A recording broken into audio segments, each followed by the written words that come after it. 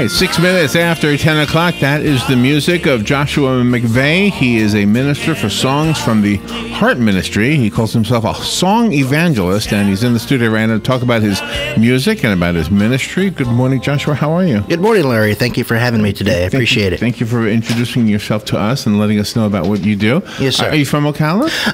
No, originally, I'm from the Tampa Bay area, but I've been in Ocala for a little over a year now, and I've lived pretty much all over the United States, following my folks.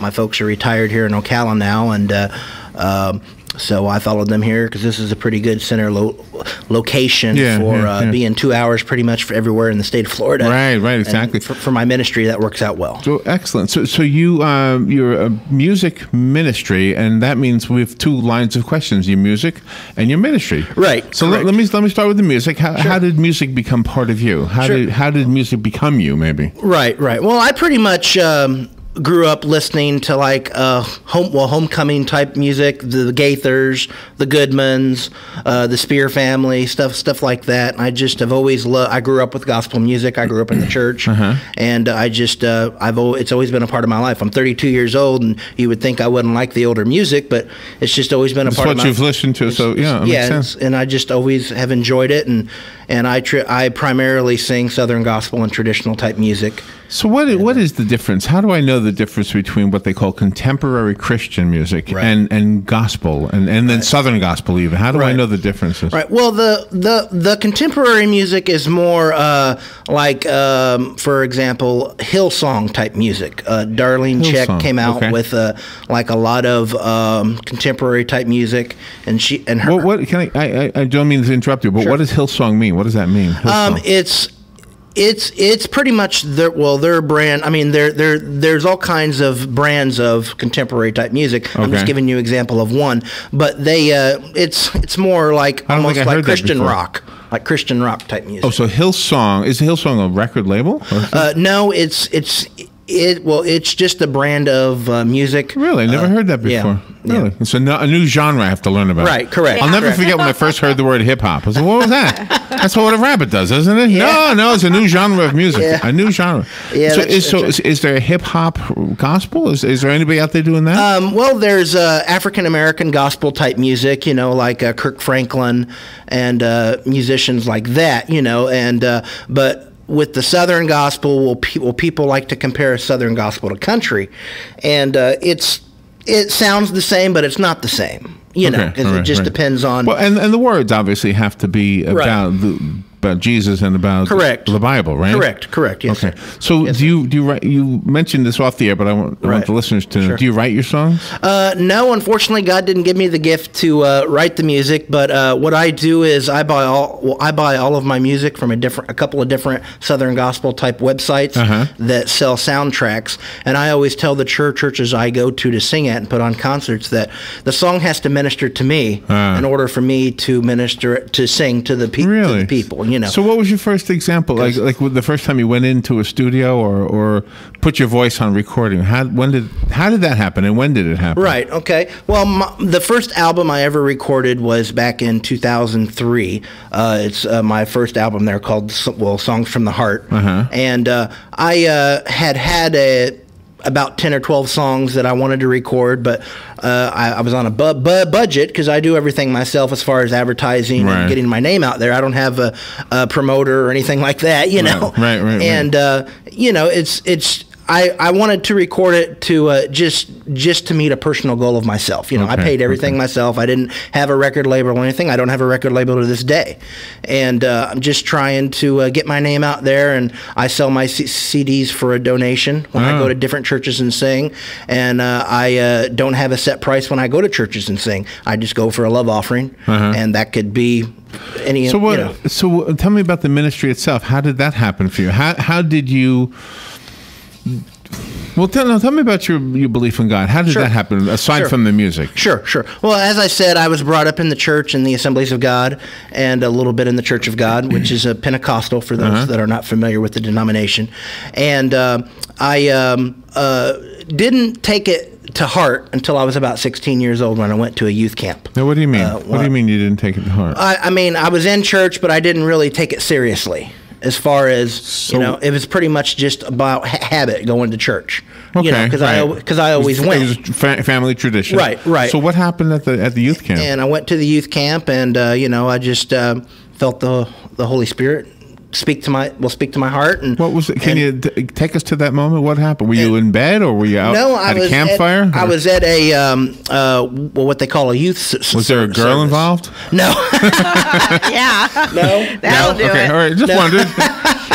No, we have a youth services it was a week-long youth camp, and we had a Sunday, like a Monday or Tuesday night service, and the speaker there gave an altar call, and which basically means, for those that are not familiar, he asked people, if you want to ask Jesus into your heart, come to the altar and pray. And that's what I did, and was 16 years old. And what happened? And when you went to the altar, what happened inside of you? Right, I just felt a change. I mean, you know the difference when you're walking with the Lord and when you're not. And it's just one of those. So you don't think you were walking with the Lord before that moment? I was and I wasn't. It just I was a kid. I was a teenager, and I'm 32 now. It's been over 17 years ago. I mean, and but I knew and even before then I was still singing. I just didn't, for then it was just a joy for me to sing. But I know now, for the last 10 years since I've been doing my ministry, that I'm called to do it. Like I said, I'm not credentialed. I'm not a music pastor at a church or anything. I think you are. I mean, I think you're a music minister. Well, right. I'm a music minister, but I'm just saying I don't have a piece of paper saying I'm a music minister. Do you want one? I can give you one. But I just go to different churches, and I call all churches around Ocala, Florida. I do about a 200-mile radius from Florida, and so it's your full-time work? No, I have a part-time job. I work Thursday through Friday for a local auto parts company. I'm Thursday a delivery through Friday. driver. Okay. It's Thursday through Saturday. Okay. And you deliver? And I deliver auto parts. Right. And Sunday through Wednesday, I plan for my bookings and stuff. And, And so do the people at the auto parts place, and I guess we won't say their name, but do they know that you do music? Yes. Oh, wow. They know. They're very, very nice. Very nice place to work for. I've been there since I've been in Ocala. Nice. Does it depend on what church you go to, what types of songs you will sing? Does each church denomination have a different set of songs, in your opinion? What I do is, first of all, I sing for all denominations. I don't just focus on Assemblies or Church of God. Now, those are the two primary denominations I seem to get the most opportunities for. But I sing in Baptist churches. I sing in Methodist. I sing in,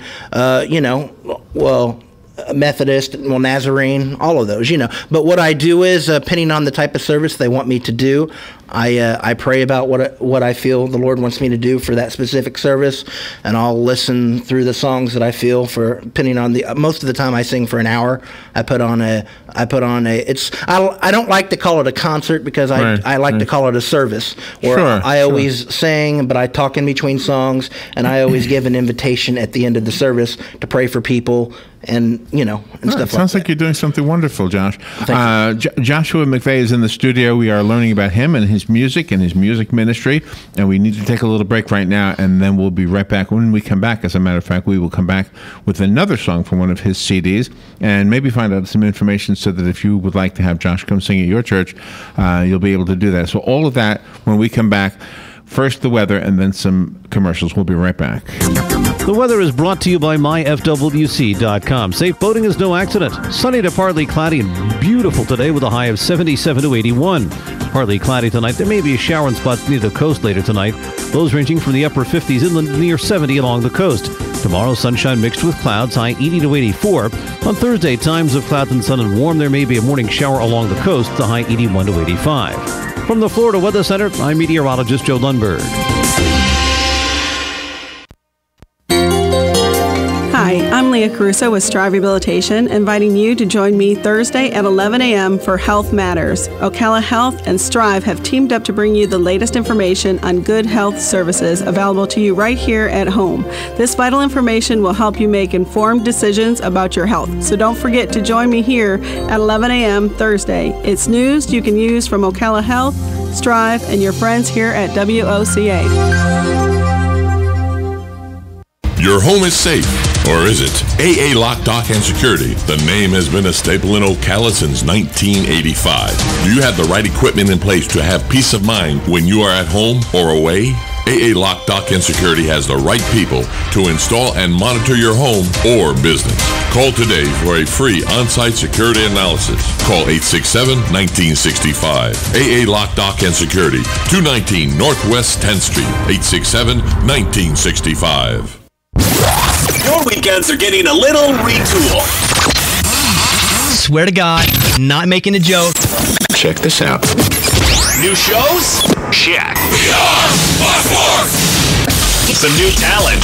Check. Let's welcome the guys.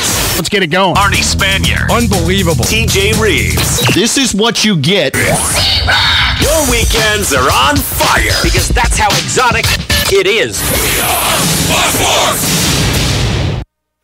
Get it for less at the DIY Home Center outlet. Get top quality real wood cabinets the same or less than the big box stores are selling the cheap stuff. And that's not all. Drywall screws big box stores are $6.47 a pound. At DIY, only $4.99. Plus, DIY has the largest selection of mobile home parts and accessories anywhere. From carpet to doors, get the DIY supplies you need for less. The DIY Home Center outlet. We are your building material closeout store. 2191 Northwest 10th Street, just 2 miles east of I-75. You've got a garden and we've got a show for you called You've Got a Garden with your host, Master Gardener Carol Ann Baldwin. Carol Ann answers your questions about your flowers, your veggies, your grass, your trees, even questions about your bugs. And she's only on WOCA, so don't miss Carol Ann Baldwin and You've Got a Garden each Tuesday from 9 a.m. to 10 a.m. right here on WOCA The Source.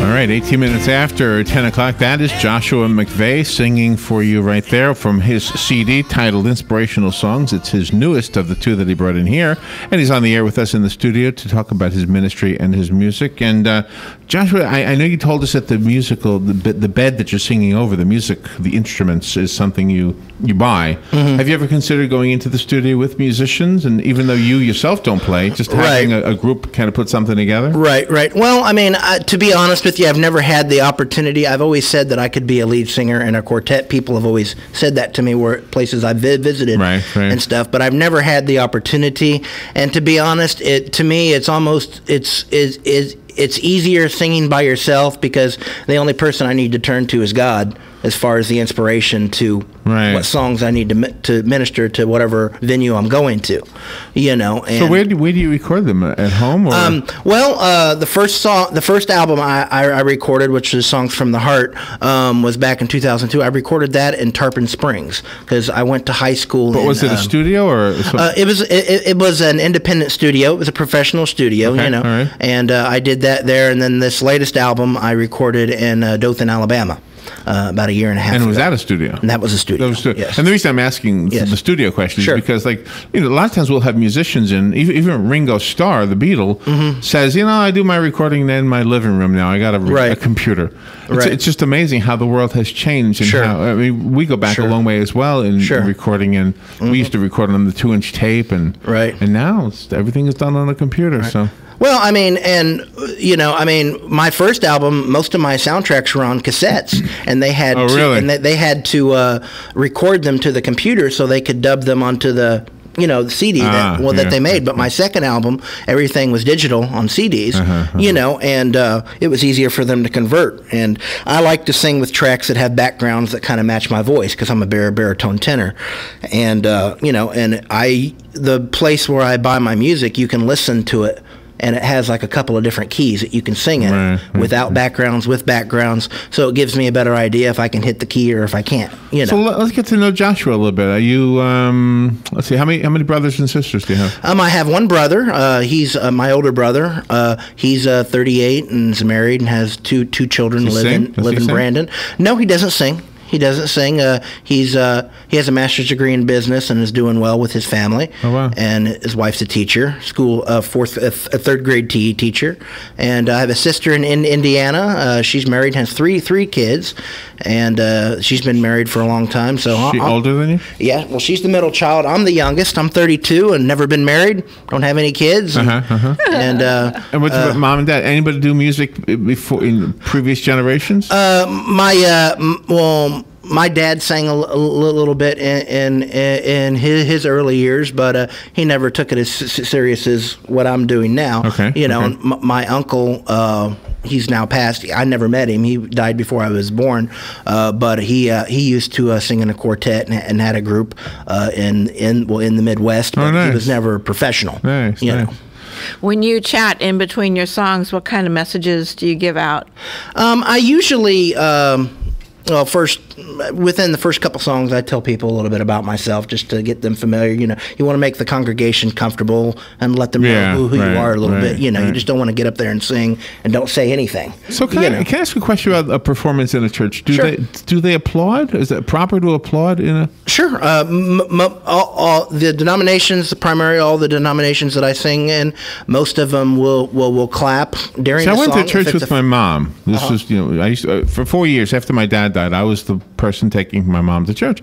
And the first time they sang, I was clapping. I was like, nobody's clapping. Nobody else was clapping. Yeah. And so it was kind of. Well, I think it's really based on the congregation, the denomination you're in.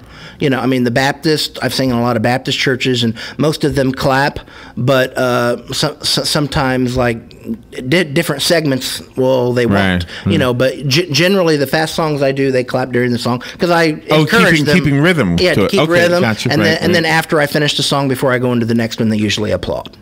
Yeah, because that's like my church too. It's a Lutheran church here in town, and when our one pastor left, we had an interim pastor, and that pastor kept encouraging the congregation to applaud after the people were playing and things during the service, which nobody ever did that before. It was kind of weird at first. You'd hear a few little applauses, but then now everybody's getting into the groove of thing and applauding, because the church is not, untouchable now. Everything is touchable, and you should show your appreciation. Well, I mean, and a lot of churches now, at least the ones that I've been in and the ones that I've attended, they and I'm on the road a lot, so I mean, I don't get to go to my church a lot. I mean, I wish I could, but it's just I'm busy with that, or I got stuff going on with my family, or what have you. You know, But a lot of churches now are more contemporary.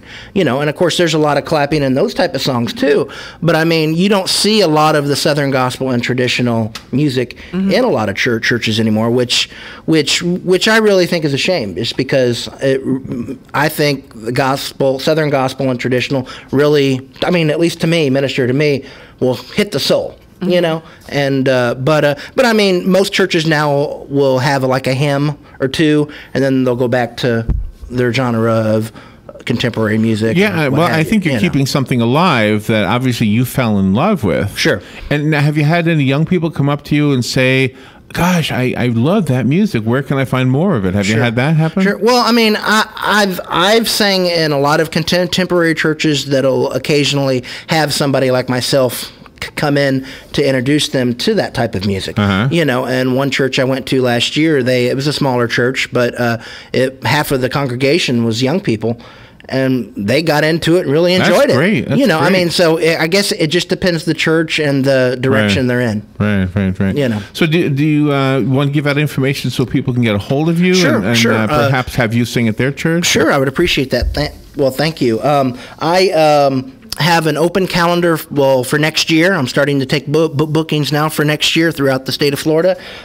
And you can reach me at 352-445-7816. Again, that's 352-445-7816. That's my cell number. So if I'm not there, just leave a message, and I'll get back with you, and hopefully we can work out something for next year. And I would encourage you, if you're listening and you are thinking, wow, we got to talk about this at my church, the video that we're making right now with Joshua will be available on our Facebook page and our YouTube channel, so you'll be able to share this video with whoever might be interested. Sure. Well, thank you. I appreciate that. Do you go to different retreats then too? Sometimes churches have retreats. Right. What I generally do, I sing a lot on Sunday mornings and some Sunday nights, but a lot of churches now are turning away from Sunday nights too for some reason, But I generally do Sunday services. But when I do the outdoor events, it's usually for like the seniors group for a church. They'll have like a seniors event once a month where they'll have somebody come in and sing or what have you, and they'll have like a lunch or something. And I've done stuff like that. And when I lived in South Carolina years ago, I used to go to retirement homes and sing for the retirement facility. And I'll tell you, I sang in an Alzheimer's unit one time. Oh my! And they may not remember their name or their family, but when I start singing "Amazing Grace" or "How Great Thou Art," they sing along with it, and they remember that. So I have a question for you. This guy, a question I ask almost all musicians. Sure. What is your dream venue? A place that you would love to one day be able to sing at? Well, growing up, I've always, my goal is to sing full time. Right now it's pretty much been a part-time thing for 10 years. I tried it on a full-time basis in South Carolina for a couple years. I sang on television a couple times. I never got one call back, and that was all over the state of South and North Carolina and parts of Georgia. Never got one call. But I've always kept the faith and stayed the course because it's what I love to do, and I know I'm called to do it.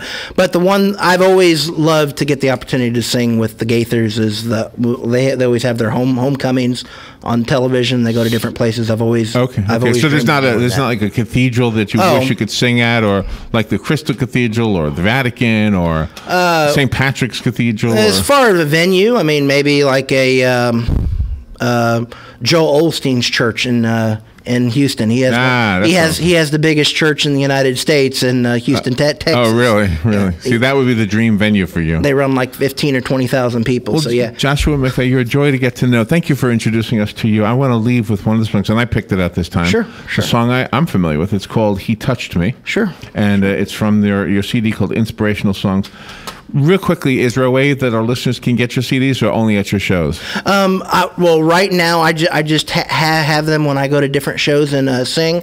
But how I always make them available through donation to my ministry. The newest CD is $12 donation or more. My first CD is $10 donation or more. But I'll try to keep posted with you guys as far as my dates for next year, and if anybody in the area would like to come to a venue or something, I'll be more than happy to relay that information to you. All right, and share the video with everybody that you know, and help Joshua get a few gigs. Thank you, Joshua. Thank you. I appreciate you it. coming, and we're going to end with your song, "He Touched Me." Thank you, Joshua McVey. Thank you. And now I am no longer the same.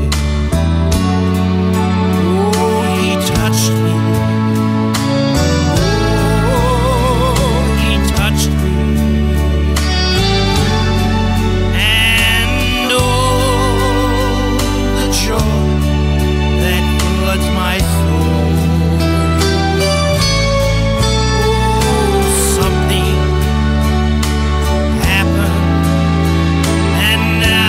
Broadcasting from the Paddock Mall Studios, this is WOCA, Ocala, Gainesville, The Villages, 1370 AM, 96.3 FM, The Source.